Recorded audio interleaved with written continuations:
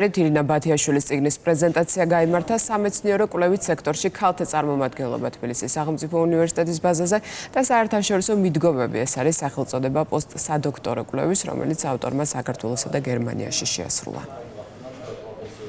Გაიმართა ჩემი წიგნის პრეზენტაცია, რომელიც ასევე გახლავთ ჩემი პოსტსადოქტორო კვლევა. კონკრეტულად რატომ ქალები?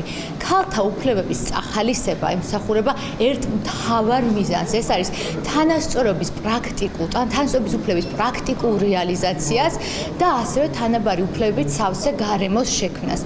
რაც რა თქმა უნდა ცდება მარტოდ ნორმატიული რეგულირების ჩარჩოს და ხდება სამართლის გაფართოებული მნიშვნელობის არეალში, რომელიც კვეთს მორალს, ზნეობას, პოლიტიკურ მიზანშეწონილობას და ლოგიკას. ქალები მეცნიერებაში ეს არ არის მხოლოდ და მხოლოდ რაღაც თეორიული დისკუსიის საგანი, არამედ ეს არის ჩვენი ყოველდღიური პრაქტიკული საჭიროება, ჩვენი ყოველდღიურობა და ბუნებრივია ამასთანავე მომავალ თაობას უნდა ჰქონდეს სწორი ხედვა იმასთან დაკავშირებით, თუ როგორი სამართლებრივი მიდგომები უნდა იყოს დამკვიდრებული და ამავე დროს ყველას უნდა ჰქონდეს თანაბრად რეალიზაციის, პროფესიული რეალიზაციის შესაძლებლობა და განვითარების შესაძლებლობა. ძალიან საინტერესოა ჩემთვის, როგორც თემატიკა საინტერესო.